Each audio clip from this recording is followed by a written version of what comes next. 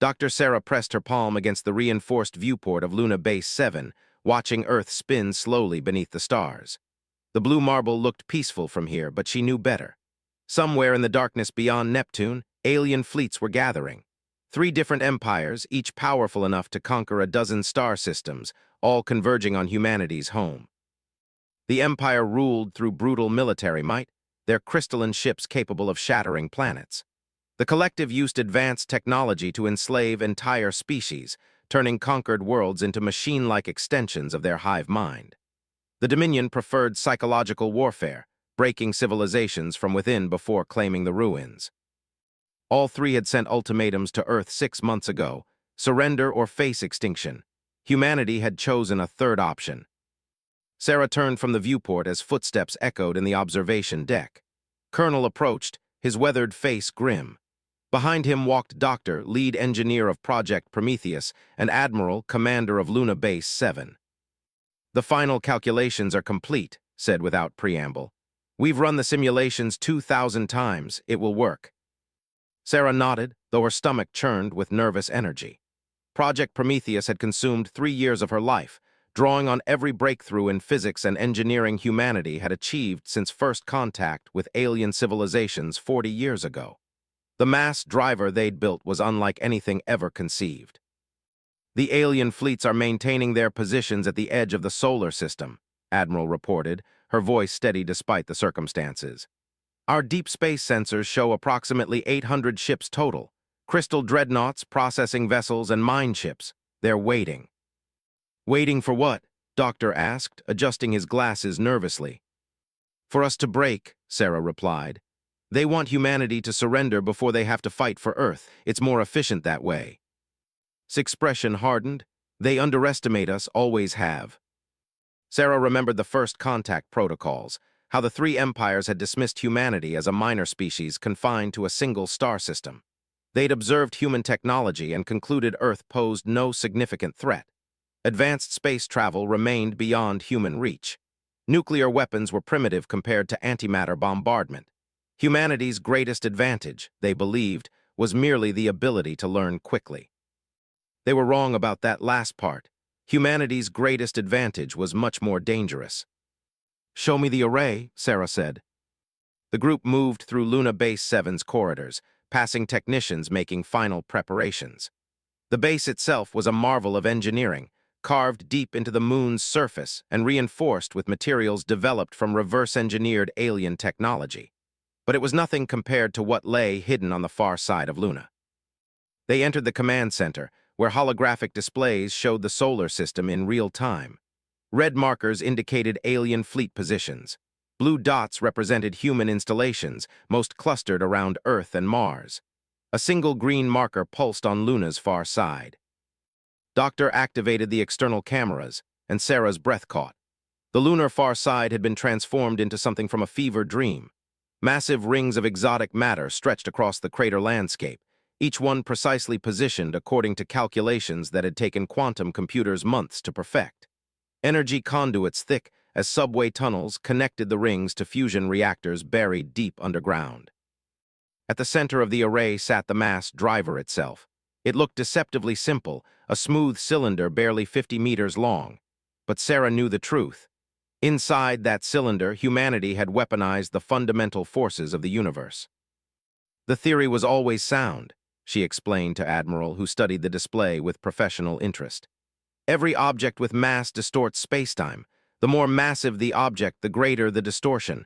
Proved this over 400 years ago. But creating artificial gravity wells required impossible amounts of energy," added. "Until we discovered how to manipulate exotic matter using principles learned from captured alien technology." Sarah smiled grimly. The 3 empires thought humanity's rapid technological advancement came from inferior reverse engineering of their own designs.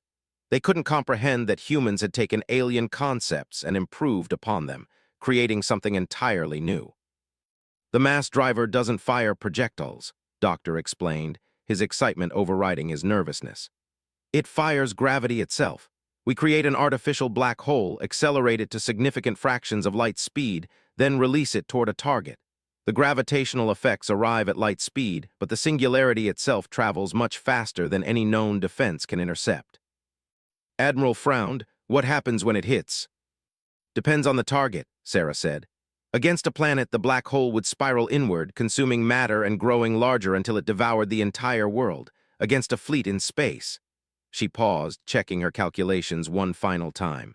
Complete gravitational disruption, ships torn apart at the molecular level, no survivors. The command center fell silent. Outside, Earth continued its ancient rotation, unaware that its survival now depended on humanity's most desperate gamble. Incoming transmission from Earth Defense Command, a technician announced. Priority Alpha. The main screen flickered, revealing General Harrison's face. Behind him, Earth's military leaders sat around a conference table that had seen too many desperate meetings. Doctor, the Empire just sent another ultimatum. They're giving us 24 hours to begin evacuation of our outer colonies. They want proof of our compliance before the full invasion begins. Sarah exchanged glances with her team. They'd known this moment would come. General, we're ready to proceed with Prometheus, she said. Give us authorization, and we can demonstrate why humanity doesn't negotiate with empires. Harrison's expression remained neutral, but Sarah caught the flicker of hope in his eyes.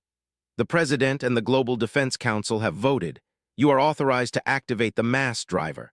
Show these aliens what happens when they threaten Earth. The transmission ended, leaving the command center in tense silence. Sarah moved to the master control station, where quantum computers waited for her final command. The weight of human civilization pressed down on her shoulders. All stations report readiness, Admiral ordered. Fusion reactors at maximum output, came the first response. Exotic matter containment stable. Gravitational field generators online. Targeting solution locked on fleet. Sarah's hands hovered over the activation controls. Once she began the sequence, there would be no turning back. Humanity would reveal its true capabilities to 3 galactic empires. The response would be swift and merciless. But that was exactly what they were counting on. The Empire has the largest fleet, said, studying the tactical display. Their crystal ships are heavily armored and well-armed. If we're going to make a statement, they're the logical choice. They're also the most arrogant, Doctor added. Commanders believe their technology is superior to anything humanity could develop. They won't expect this. Sarah initiated the startup sequence. Deep beneath Luna's surface, exotic matter began spinning in precisely controlled patterns. The artificial gravity wells started forming, invisible distortions in spacetime that would soon become humanity's ultimate weapon. Mass driver charging, she announced. Estimated time to full power, 18 minutes. The alien fleets continued their patient wait at the solar system's edge. According to intercepted communications, they were arguing among themselves about territorial rights after Earth's conquest, the wanted human industrial capacity, the sought biological specimens for their collective, the plan to use humanity as a test case for new psychological control methods. None of them suspected that humans had been listening to their communications for months, learning their weaknesses and planning accordingly. 12 minutes to full power, Sarah reported. Around the command center, tension mounted like pressure in a sealed container. Technicians checked and rechecked their systems. Military personnel prepared for whatever retaliation the alien empires might unleash. Admiral studied the tactical display, where the fleet maintained its position beyond Pluto's orbit. 247 ships, she said, including their command vessel, according to intelligence reports, that ship alone has enough firepower to glass an entire continent. Not anymore, Sarah replied, watching the power levels climb steadily toward critical thresholds. She thought about the journey that had led to this moment. Humanity's first contact with aliens had been a disaster. A peaceful exploration vessel had encountered a scouting force near Alpha and barely escaped to bring word of hostile alien civilizations. Within months, probing attacks began on human colonies. The message was clear: surrender or be conquered. Humanity was outnumbered and trapped in a single star system while 3 vast empires controlled hundreds of worlds each. But humans had always been at their most dangerous when cornered. 5 minutes to full power, Doctor announced. All systems optimal. Sarah's finger traced the firing control. Once activated, the mass driver would create an artificial singularity and accelerate it toward the fleet at tremendous velocity. The black hole would arrive in approximately 8 hours, giving the aliens time to detect the gravitational disturbance, but not enough time to escape. Dr. Admiral said quietly, "Are you certain about the containment protocols if something goes wrong?" "The exotic matter containment will hold," Sarah assured her. "We've tested it extensively. The artificial singularity will remain stable until it reaches the target zone, then dissipate harmlessly into Hawking radiation." She hoped she was right. The margin for error was impossibly small, but humanity had no choice except to gamble everything on this one chance. 2 minutes to full power, announced. Sarah opened a communication channel to Earth Defense Command. "General Harrison, we're approaching activation threshold. Confirm final authorization." The general's face appeared on screen, showing the strain of 6 months spent preparing for humanity's last stand. Behind him, Earth's leaders waited in grim silence. "Doctor, you have full authorization to proceed. Show them what humanity is capable of when pushed too far." 30 seconds to full power, Doctor called out. Sarah's hand moved to the firing control. Around her, the command center held its collective breath. In the depths of space, alien empires continued their confident advance toward Earth, unaware that human ingenuity was about to rewrite the rules of interstellar warfare. "Full power achieved," she announced. "Mass driver ready to fire." The moment stretched like a drawn bowstring. Sarah thought of Earth spinning beneath the stars, of human colonies scattered across the solar system, of children who would never see another sunrise if Project Prometheus failed. "Fire," she whispered. The mass driver activated with a sound like reality tearing. An artificial black hole sprang into existence, contained for microseconds within exotic matter fields, then accelerated to impossible velocities and released into the void. It raced toward the fleet. Invisible and unstoppable, Admiral of the Empire stood on the command bridge of the, studying holographic displays that showed the pathetic human solar system spread before his fleet. His crystalline form reflected the harsh light of distant stars, each facet of his body designed for war. Behind him, subordinate officers monitored primitive human communications with barely concealed contempt. The humans had grown quiet over the past few hours. No more desperate pleas for negotiation, no more empty threats about defensive capabilities. Approved. Perhaps the inferior species was finally accepting the inevitable. "Status report on the human colonies," he commanded, his voice resonating through the bridge like breaking glass. Captain consulted his instruments. "Mars colony is attempting to evacuate civilian populations, but their transport capacity is limited. The asteroid mining stations have gone silent. Luna Base appears to be maintaining normal operations." Satisfaction deepened. Fear was making the humans irrational. They should be negotiating for the best possible surrender terms, not wasting time on pointless evacuation efforts that would save perhaps 10% of their population. The Empire had conquered 47 species over the past millennium. Each followed predictable patterns once they realized the futility of resistance. First came denial, then desperate attempts at military preparation, followed by internal political collapse as different factions blamed each other for the crisis. Finally, the inevitable surrender and integration into the Empire as a slave species. Humans were taking longer than most to reach acceptance, but their fate remained certain. "Any response to our final ultimatum?" asked. "Negative, Admiral. Earth Defense Command has not acknowledged our demands." The Admiral's crystalline form darkened with irritation. The humans had already consumed more time than necessary. Once this system was conquered, the Empire needed to focus on the border conflicts with the hegemony of stars. Human stubbornness was becoming an inconvenience. "Signal the fleet," he decided. "Begin the advance. If they won't surrender, we'll drag them from their worlds by force." 247 warships began moving deeper into the solar system, their crystal hulls gleaming with barely contained energy. Each ship carried enough firepower to reduce a moon to rubble. Together, they could shatter planets. Allowed himself a moment of anticipation. The humans had shown surprising ingenuity in reverse engineering captured alien technology, but their achievements remained primitive compared to science. Their greatest mistake was believing they could negotiate from a position of strength. "Admiral," the sensor officer announced suddenly, detecting unusual energy signatures from Luna Base 7. "Explain." "High-energy particle emissions, gravitational anomalies, exotic matter reactions. The readings don't match any known human technology." Moved to the sensor station, studying the data streams with growing interest. The energy levels were significant, suggesting the humans had activated some kind of experimental weapon system. Pathetic, but perhaps worthy of investigation. "Could they have developed antimatter weapons?" Captain asked. "Doubtful. Their industrial capacity couldn't support antimatter production on a meaningful scale." The Admiral dismissed the concern with a gesture. "More likely they're attempting to power some kind of particle beam array. Primitive, but it might damage our outer ships if we're careless." The fleet adjusted its formation, spreading out to minimize potential losses from whatever weapon the humans were attempting to deploy. Felt amused by their desperation. Even if they had somehow developed planet-based cannons, the range limitations made such weapons ineffective against a mobile fleet. "Time to weapons range?" he inquired. 17 hours at current velocity, Admiral."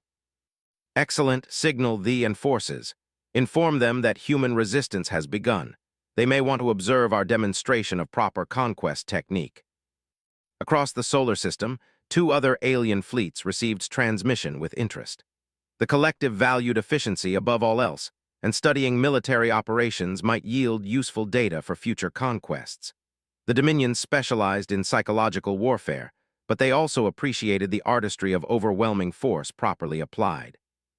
All 3 empires had agreed to divide the solar system after Earth's conquest.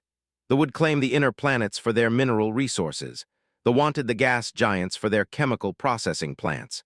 They would take the human population for their behavioral experiments.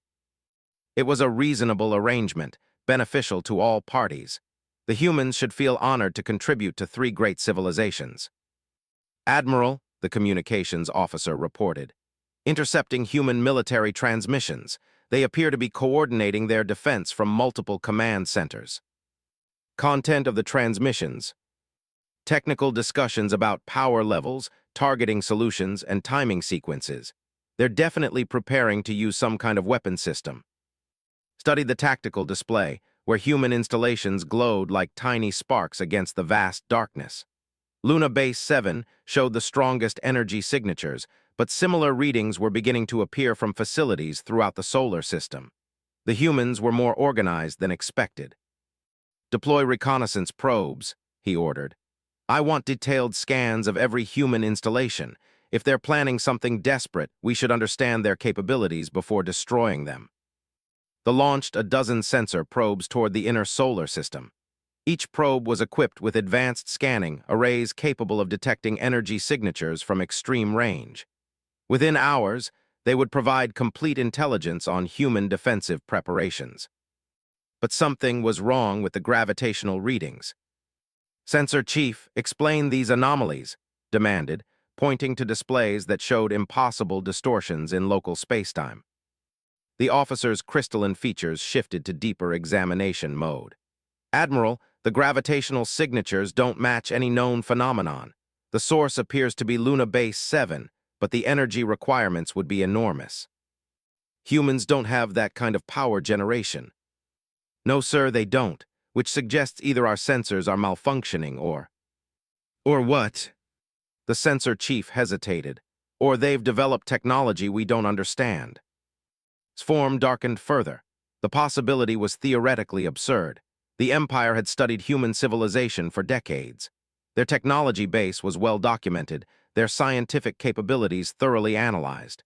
They were an emerging species with barely 4 centuries of space travel experience. "Run full diagnostic on all sensor systems," he ordered. "I want confirmation of these readings." While technicians scrambled to verify their instruments, considered alternatives. Perhaps the humans had discovered some kind of natural phenomenon they were attempting to weaponize. Their solar system was unusually rich in heavy elements, possibly including exotic matter deposits that might generate unusual gravitational effects. "Diagnostic complete, Admiral. All sensors operating within normal parameters. The gravitational anomalies are real. The bridge fell silent except for the steady hum of shipboard systems. 247 warships continued their advance through the outer solar system, but uncertainty now clouded what should have been a routine conquest. Signal the fleet, decided. Increase battle readiness to maximum alert, deploy all defensive screens and prepare for immediate combat maneuvers.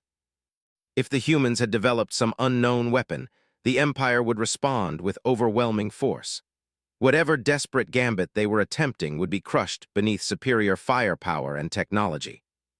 But deep in his crystalline consciousness, Admiral felt the first whisper of doubt. The sensor readings continued to climb. Energy levels from Luna Base 7 were now exceeding the output of small stars.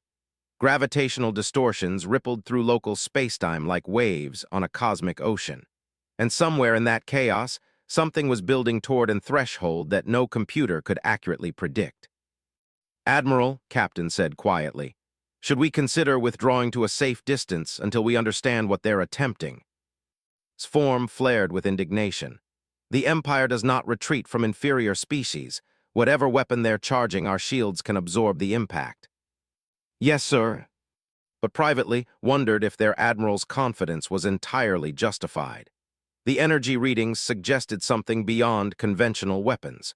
The humans might be attempting to activate technology they didn't fully understand, technology that could potentially damage both sides. "Time to weapon range." 15 hours, Admiral. Studied the advancing fleet formation.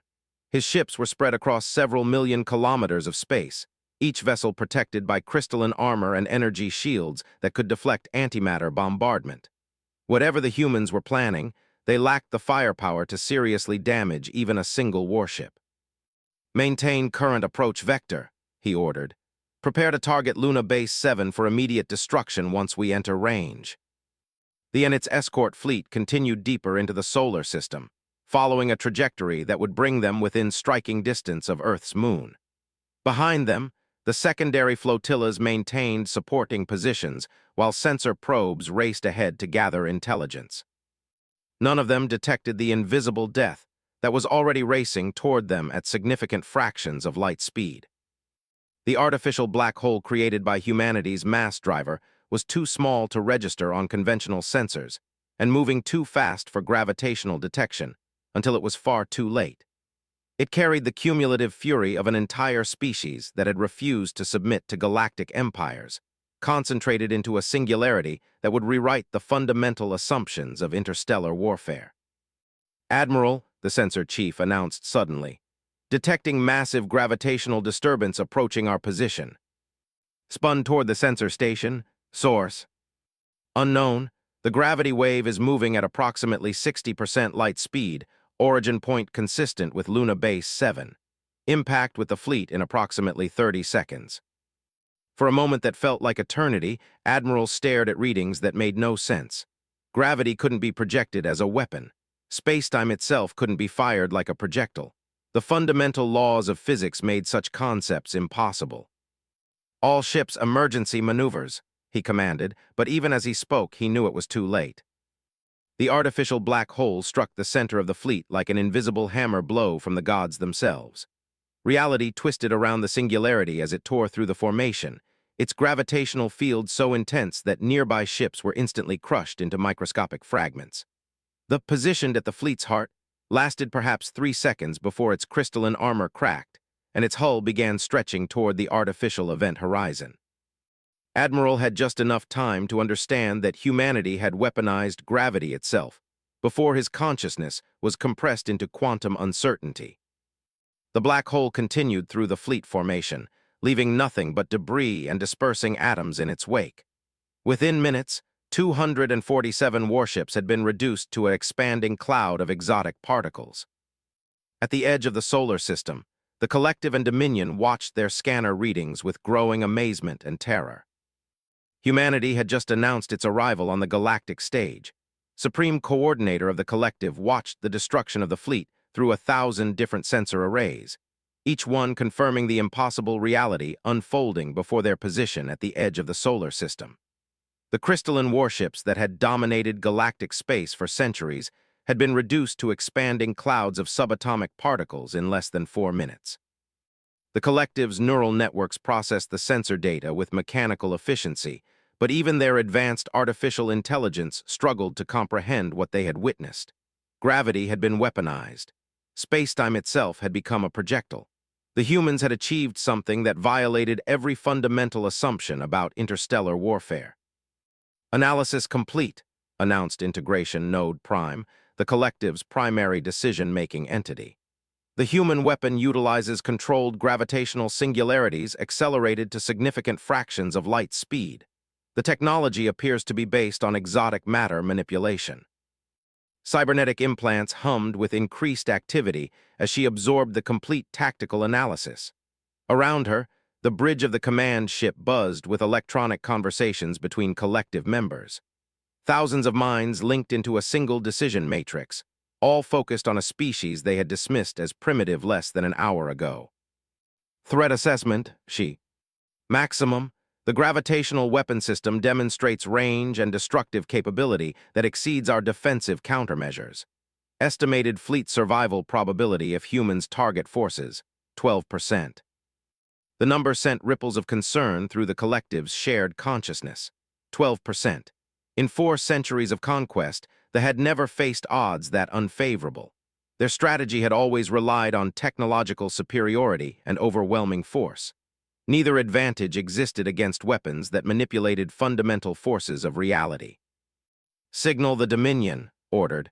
Request immediate conference regarding strategic reassessment. The response came within seconds. Heist's image appeared on the main screen, his pale features showing the strain of recent events. Behind him, officers worked frantically at control stations, their usual confidence replaced by barely controlled panic. Supreme Coordinator, said without preamble. My strategic analysts are recommending immediate withdrawal to beyond the heliopause. The humans have demonstrated capabilities that exceed our combined fleet strength. The collective concurs, replied. However, withdrawal may not be sufficient. If humans can weaponize gravity, they may also be capable of interstellar projection. The leader's expression darkened. You're suggesting they could target our home systems. The possibility cannot be dismissed. We need intelligence on the weapon's range and recharge cycle. As if summoned by their conversation, new sensor alerts began sounding across both command ships. Deep space monitoring stations detected massive energy buildups from multiple human installations. Luna Base 7 was cycling its mass driver for another shot. Similar signatures were appearing from facilities on Mars, in the asteroid belt, and on the moons of Jupiter. How many weapons do they have? Whispered. Integration Node Prime provided the answer with characteristic precision. Current sensor data suggests a minimum of 12 mass driver installations throughout the human solar system. Energy signatures indicate they are preparing coordinated bombardment. The implications struck both alien commanders simultaneously. Humanity hadn't built a single experimental weapon. They had constructed an integrated defense network capable of projecting gravitational force across interstellar distances. The solar system had become a fortress armed with weaponized physics. Time to optimal firing position for human weapons, asked. 17 minutes for the Mars installation, 23 minutes for Jupiter facilities. The Luna base system is ready to fire immediately. On the command ship, tactical officers were running probability calculations that painted an increasingly grim picture. Even if both alien fleets attempted to withdraw, they couldn't reach minimum safe distance before the human weapons achieved target lock. Supreme Coordinator, said carefully, I propose we attempt to establish communication with human authorities. Perhaps we can negotiate a ceasefire while we reassess the strategic situation. Cybernetic implants processed the suggestion through multiple decision trees. The collective had never negotiated with a species from a position of weakness, but current circumstances demanded flexible thinking. Agreed, the collective will initiate contact. Establishing communication proved surprisingly easy. Human monitoring stations had been tracking alien transmissions for months, and Earth Defense Command responded to their hail within minutes. The main screen filled with the image of General Harrison, his weathered face showing the satisfaction of a predator whose trap had finally sprung. This is General Harrison, Supreme Commander of Earth Defense. I assume you are calling to discuss surrender terms. The casual reversal of expected power dynamics sent shock waves through both alien command centers. For centuries, it had been the Empire's demanding surrender from conquered species. Now they found themselves on the opposite side of such negotiations. General Harrison began, modulating her voice to convey respect rather than superiority. The collective wishes to establish diplomatic dialogue regarding our presence in your system. Your presence? Harrison's laugh held no humor. Let's be clear about something. You came here to conquer Earth. You sent ultimatums demanding our surrender. You threatened to enslave or destroy our entire civilization. Now you want to talk diplomacy. I leaned forward. General, we may have misunderstood the nature of human technological development. Perhaps we can discuss mutually beneficial arrangements. Such as trade agreements, technology exchange, peaceful coexistence within defined territorial boundaries. Harrison's expression remained unchanged. And what makes you think we're interested in any kind of arrangement with species that came here to commit genocide? The question hung in space like a gravitational anomaly, warping the normal flow of interstellar diplomacy. Neither alien commander had anticipated this response. Conquered species typically begged for mercy, offering whatever concessions might preserve some fragment of their civilization. Humans were negotiating like victors. We acknowledge that our initial approach may have been overly aggressive, said carefully. The collective values efficiency, but we recognize that peaceful integration serves everyone's interests better than conflict. Integration? Harrison repeated. You're still talking like conquerors. Let me explain something about humans, since you clearly don't understand what you're dealing with. The general gestured to something off-screen, and new images appeared on alien displays. Human colonies throughout the solar system, each one bristling with mass driver installations. Asteroid mining stations that had been converted into mobile weapons platforms. Even Earth itself showed the distinctive energy signatures of gravitational weapons hidden beneath its surface. We've spent 3 years building this defense network, Harrison continued. Every human facility, every colony, every orbital station now has the capability to project artificial black holes at significant fractions of light speed. We can target any point within a 50 light-year radius with precision measured in kilometers. The numbers sent fresh waves of concern through alien tactical computers. 50 light-years. That range encompassed dozens of star systems, including several major Imperial installations.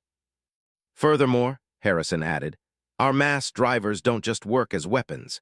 The same technology that creates artificial singularities can be used for faster-than-light travel. While you've been planning our conquest, we've been preparing to take the war to your home systems. His pale features went even. You're threatening our home worlds. I'm stating facts. Every mass driver installation doubles as an FTL catapult. We can launch ships equipped with gravitational weapons to any star system we choose. Your fleets, your planets, your entire civilizations are now within range of human retaliation. The strategic situation had reversed so completely that both alien commanders struggled to process the implications. Instead of conquering a primitive species, they had walked into a trap that threatened the survival of their entire empires. What do you want? Asked simply. Harrison's smile held the satisfaction of a chess master announcing checkmate. Complete withdrawal of all Imperial forces from this star system. Formal recognition of human sovereignty over our territory. Reparations for the resources we expended defending against your invasion. And unconditional surrender of any Imperial assets currently within 50 light-years of Earth. You're demanding the surrender of entire star systems, protested. I'm demanding reasonable compensation for your attempt to commit interstellar genocide. Consider it a learning experience. Integration Node Prime whispered urgently in his mind. Compliance recommended. Human capabilities exceed our ability to resist. Continued confrontation results in 97% probability of collective destruction.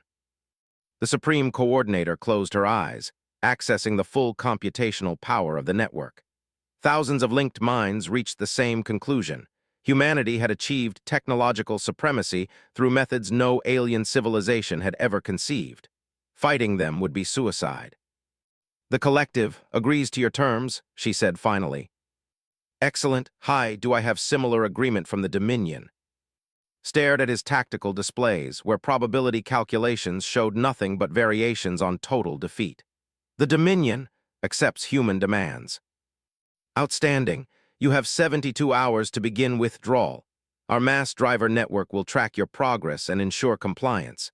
Any deviation from approved departure vectors will be interpreted as continued hostile intent. The transmission ended, leaving both alien commands in stunned silence. In less than an hour, humanity had destroyed the most powerful fleet in known space, then dictated surrender terms to two galactic empires. Analysis request, said finally. How did we fail to detect human capabilities? Integration Node Prime processed the question through every available data source. Human strategy involved deliberate deception. They allowed us to capture examples of their technology while concealing their true advancement. We analyzed inferior equipment and concluded their entire civilization operated at that level. They played dumb, his voice came over the still-open communication channel. For 40 years, they let us think they were primitive while secretly building weapons that could destroy our empires. Recommendation, asked. Full compliance with human demands, immediate implementation of defensive postures around all collective worlds, and the AI paused, processing implications that sent chill through cybernetic networks. Preparation for the possibility that humans may choose expansion over coexistence. Both alien fleets began powering down weapon systems and preparing for the humiliating retreat. But as they fled toward the edge of the solar system, long-range sensors detected new signatures from the human installations.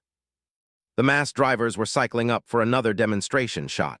Captain stood in the observation deck of the newly renamed Humanity First, the first human starship equipped with a gravitational drive system. Through the reinforced viewports, she watched Earth shrink to a blue dot as her ship accelerated toward the edge of the solar system on its maiden voyage. Behind her, the mass driver installation on Luna continued cycling through targeting sequences, keeping track of the alien fleets now fleeing toward deep space. 6 months had passed since the destruction of the fleet, and humanity had used every day to strengthen their position. The solar system buzzed with activity as construction crews built additional mass driver installations and equipped human vessels with the same technology that had shattered crystalline warships like glass ornaments. Captain, Lieutenant Commander Sarah called from the navigation station. We're approaching the heliopause. Alien fleet signatures detected bearing 27 Mark IV. Moved to the command chair, settling into the seat designed for extended space operations. The humanity first represented everything humans had learned about interstellar warfare in the past 3 years. Her hull incorporated exotic matter plating that could deflect antimatter bombardment. Her engines used controlled gravitational fields to achieve faster-than-light travel, and her primary weapon system could create artificial black holes and accelerate them to devastating velocities. Distance to alien formations. Collective ships holding position at 47 million kilometers. Dominion forces approximately 60 million kilometers beyond that. Both fleets appear to be maintaining withdrawal trajectories, as in the surrender agreement. Nodded, studying the tactical display. The alien empires had with human demands, evacuating their forces from the solar system and beginning the transfer of star systems within the 50 light-year exclusion zone. But intelligence reports suggested they were also building defensive installations around their core worlds, preparing for potential human expansion. They were right to be concerned. Communication from Earth Defense Command, the communications officer announced. General Harrison's image appeared on the main screen, his expression showing the satisfaction of a military leader whose strategies had exceeded all expectations.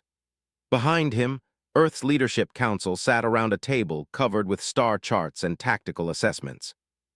Captain, you're authorized to proceed with reconnaissance mission Prometheus 7.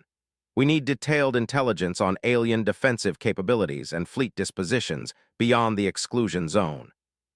Understood, General. What are my rules of engagement? Observe and report. Avoid direct confrontation unless attacked first. But if they do attack, Harrison's smile held predatory satisfaction. Show them what happens when someone breaks a surrender agreement. The transmission ended, leaving to contemplate the mission ahead. Prometheus 7 would take her ship beyond the boundaries of human-controlled space for the first time since the mass driver demonstration. She would be testing not just alien responses, but humanity's ability to project power across interstellar distances. "Helm, set course for the 442 system," she ordered. "According to intelligence reports, the collective has been building defensive installations there." "Aye, Captain, engaging gravitational drive." The humanity first disappeared in a flash of twisted spacetime, emerging from faster-than-light travel just outside the 442 system 12 hours later. What they found waiting for them exceeded every prediction. The system buzzed with activity. Hundreds of construction ships worked frantically around the gas giant's moons, building what appeared to be massive defensive platforms. Each platform bristled with weapons designed to intercept incoming projectiles, including gravitational disruption fields that might theoretically deflect artificial singularities. "They've been busy," Lieutenant Commander observed, studying the sensor readings. "Estimate over 200 defensive installations with more under construction." Analysis of their defensive capabilities. "The gravitational disruption fields are impressive, but they're based on fundamentally flawed assumptions. They're trying to deflect our artificial singularities like conventional projectiles. But gravity doesn't behave that way at relativistic velocities." Nodded, remembering her briefings on mass driver technology. The alien empires still didn't understand how humanity's weapons actually worked. They were building defenses against what they thought human technology could do, not what it actually accomplished. "Captain," the tactical officer announced suddenly. "Detecting approaching vessels. Patrol formation 12 ships strong. Time to intercept. Approximately 18 minutes at their current velocity." Studied the tactical situation. The patrol was moving to investigate her ship's presence, which was their right within their own territory. But their approach formation suggested hostile intent rather than peaceful reconnaissance. "Open communication channels," she ordered. The main screen flickered, revealing the cybernetic features of a sub-coordinator. Behind the alien officer, the bridge of the patrol ship hummed with electronic activity as dozens of collective members shared information through their neural network. "Human vessel," the alien said without preamble. "You are in violation of territorial boundaries established by the Treaty of Saul. Withdraw immediately or face defensive action." Raised an eyebrow. "Sub-coordinator, I believe you're confused about the terms of that treaty. Under Article 7, human vessels have unrestricted passage rights through all former territory within 50 light-years of Earth. The collective disputes that interpretation. Then perhaps you should review the surrender documents more carefully." The alien's expression remained unchanged, but could see increased activity on the bridge. The collective was probably accessing their complete database of treaty provisions, confirming that the humans were correct. "Nevertheless," the sub-coordinator said finally, "your presence here constitutes a potential threat to collective security operations. We request immediate departure." "Request, the Humanity First is conducting lawful reconnaissance within territory ceded to human control. Any attempt to interfere will be considered an act of war." The officer's cybernetic implants flickered with rapid data exchange. Undoubtedly, the collective was calculating probability matrices for various responses. Attack the human ship and risk revealing the ineffectiveness of their defenses. Withdraw and appear weak before their own population. Continue negotiations and potentially reveal strategic intelligence. All options carried significant risks. "Sub-coordinator," continued before the alien could respond, "let me simplify this situation. My ship is equipped with a fully operational mass driver system. Your defensive installations were built to counter weapons you think we have, not the weapons we actually possess. If you force a confrontation, I will demonstrate the difference." The tactical display showed the patrol formation slowing, individual ships breaking off to maintain safer distances. The collective had apparently decided that discretion was the better part of valor. "Captain," Lieutenant Commander said quietly, "I'm detecting communication bursts from their fleet to the defensive installations. They're warning their people about our presence." "Good. Word will spread to every facility in this sector. Maybe it will save lives down the road." The standoff continued for another hour while commanders debated their options through collective consensus protocols. Finally, the patrol fleet to minimum engagement distance, maintaining observation but avoiding direct confrontation. Used the time to conduct detailed reconnaissance of the alien defensive preparations. Her ship's sensors mapped every installation, cataloged every weapon system, and analyzed the gravitational disruption fields that the hoped would protect them from human weapons. The intelligence gathering revealed sobering truths about alien psychology. Despite witnessing the destruction of the fleet, despite agreeing to surrender terms, the empires were still thinking in terms of conventional warfare. They couldn't comprehend weapons that manipulated fundamental forces of reality. "Captain," the communications officer announced, "receiving priority transmission from Earth Defense Command." General Harrison appeared on screen again, but this time his expression showed urgent concern. "Captain, we've intercepted communications suggesting the three empires are forming a joint alliance against humanity. Intelligence indicates they're planning coordinated attacks against our outer colonies." Felt her blood chill. Time frame for potential attacks. "Unknown, but preparations are accelerating. You're ordered to return to Earth immediately. We're implementing Contingency Omega." The transmission ended, leaving the bridge in tense silence. Contingency Omega represented humanity's most aggressive response scenario. If the alien empires wanted to resume hostilities despite their previous defeat, Earth would demonstrate that the mass driver demonstration had been a gentle warning compared to humanity's true capabilities. "Helm plot return course to Earth," ordered. "Maximum velocity." "Aye, Captain." As the humanity first prepared to jump back to human space, took one final look at the defensive installations. Hundreds of weapons platforms, thousands of alien personnel, all preparing for a war they couldn't possibly win. But aliens weren't the only ones capable of making strategic mistakes. "Captain," Lieutenant Commander said quietly, "what do you think will happen when we return?" Studied the tactical display, where red markers indicated the locations of alien fleets throughout known space. Three empires, hundreds of star systems, billions of alien civilians who had never participated in the decision to attack humanity. "I think," she said finally, "that the galaxy is about to learn what happens when you back humans into a corner and then threaten them again." The ship jumped to FTL, racing toward Earth, where the mass driver network was already cycling up for what might become the largest demonstration of force in galactic history.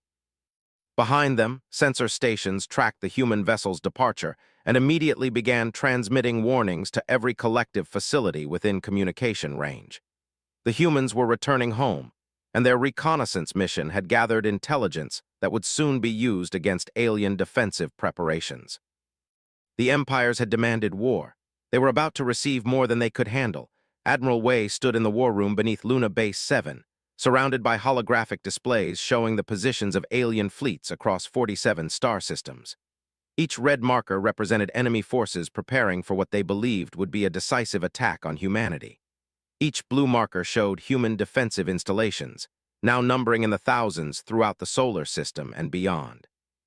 The three galactic empires had spent 8 months building their alliance, convinced that coordinated assault would succeed where individual conquest had failed.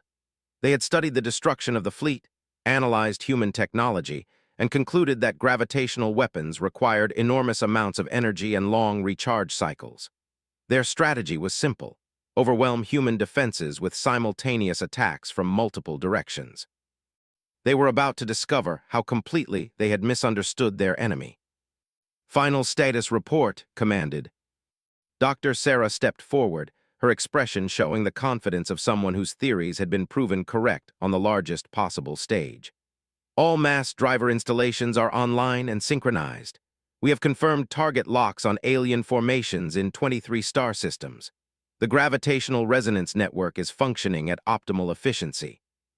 "Resonance network," smiled, activating a new holographic display that showed connections between human installations like a vast spider web stretching across space. "While the aliens were building their alliance, we were linking our mass drivers into a unified system. Instead of individual weapons, we now have a galaxy-spanning array that can coordinate simultaneous strikes with precision timing." nodded, studying the tactical implications. Humanity had not simply built more weapons during the 8-month respite. They had created a network capable of projecting coordinated gravitational force across interstellar distances, turning the galaxy itself into a battlefield where human advantage was absolute. Intelligence update on enemy formations. Colonel consulted his reports, gathered from reconnaissance missions like Captain's Voyage to Space. The Empire has rebuilt their fleet around new defensive concepts, crystal ships with gravitational shielding designed to deflect artificial singularities. The Collective has constructed massive defensive installations at systems. The Dominion has developed psychological warfare protocols intended to break human morale. Their assessment of our capabilities. They believe we have approximately 50 mass driver installations with limited range and slow recharge cycles. They've calculated that coordinated attacks from multiple vectors will overwhelm our defensive capacity. Felt grim satisfaction at the intelligence report. The alien empires had made the same mistake twice, underestimating human ingenuity and technological advancement. They saw what humans wanted them to see, while the reality remained hidden beneath layers of deception and misdirection. Actual inventory. Doctor activated new displays showing the true scope of human military development. 412 mass driver installations throughout the solar system. 638 mobile weapons platforms disguised as civilian spacecraft. 47 deep space installations hidden in asteroid belts and nebulae beyond the 50 light-year perimeter. Total range, approximately 300 light-years with relay amplification. The numbers stunned Even, who had overseen much of the construction himself. In 8 months, humanity had transformed from a single-system species into a military power capable of projecting force across a significant portion of the galaxy. Enemy fleet dispositions. The Empire has assembled 900 ships at staging areas near Wolf 359 and the Collective has positioned 700 vessels beyond the systems. The Dominion maintains 600 ships at strategic points throughout their territory. Total enemy strength, approximately 2,100 warships. Study the tactical display, where alien formations glowed like angry red stars against the darkness of space. 2,100 ships, each one capable of reducing planets to rubble, all focused on the destruction of human civilization. Against them, humanity fielded no traditional warships at all. Initiate Operation Galactic Storm, ordered. Throughout the solar system, mass driver installations began their final targeting sequences. On Luna, Mars, Ceres, Europa, Titan, and dozens of other human facilities, artificial gravity wells started spinning up to operational parameters. The resonance network synchronized timing across hundreds of installations, ensuring that gravitational weapons would arrive at their targets simultaneously despite the vast distances involved. First wave targets confirmed, Doctor announced. Staging areas at Wolf 359 and command clusters in the systems, fleet concentrations at designated coordinates. Activated his communication system, broadcasting to human installations throughout known space. All stations, this is Admiral. You are authorized to commence Operation Galactic Storm. Show the galaxy what happens when someone threatens humanity twice. The first artificial black hole launched from Luna Base 7 at 14:32 Universal Time. Within 30 seconds, mass drivers throughout the solar system had fired their initial salvos. Invisible death raced toward alien formations at significant fractions of light speed, carrying with it the accumulated fury of a species that had learned to weaponize the fundamental forces of reality. At Wolf 359, Admiral of the rebuilt fleet studied his tactical displays with growing confidence. His new crystal ships incorporated gravitational shielding technology reverse-engineered from captured human communications. Their formation was spread across millions of kilometers to prevent a single weapon from devastating multiple vessels. His defensive strategy had been tested against simulated gravity weapons and proven effective. Time to attack formation, he asked. 6 hours until all fleets reach optimal assault positions, his tactical officer reported. Coordinated strike against Earth will commence as scheduled. Felt satisfaction at the thought of finally avenging this destruction. The humans had caught the Empire off guard once, but that advantage no longer existed.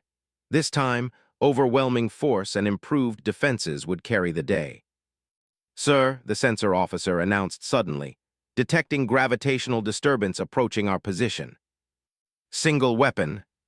Negative, sir. Multiple signatures, I count. 47 distinct gravitational sources, all approaching at high velocity. His confidence evaporated like mist before a supernova.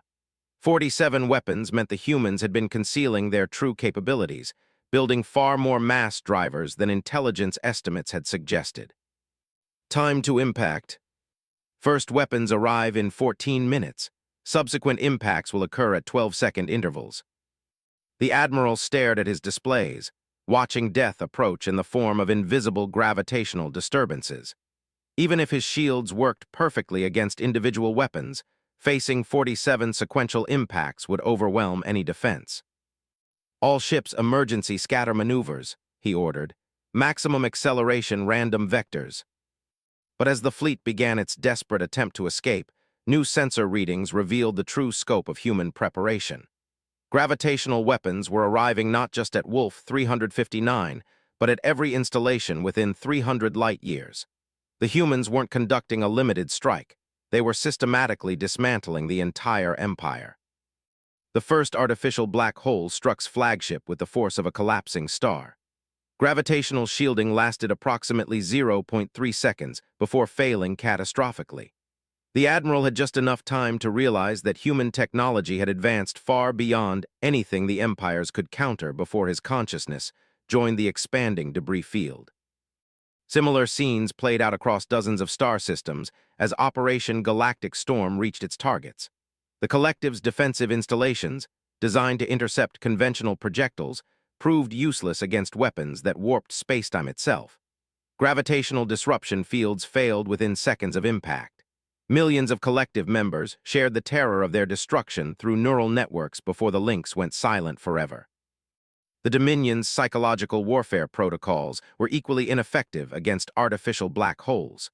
Mind control technologies couldn't influence gravitational forces. Behavioral manipulation meant nothing when reality itself was being weaponized against them.